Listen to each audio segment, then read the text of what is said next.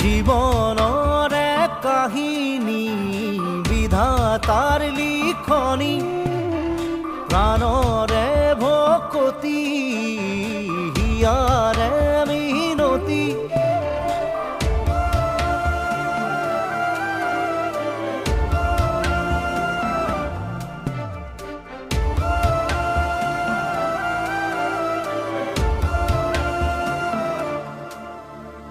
জীৱনৰ এক কাহিনী বিধাতাৰ লিখনি মায়াৰে বিননি কৰাহে তুমি কৰুণা হে ভগৱান।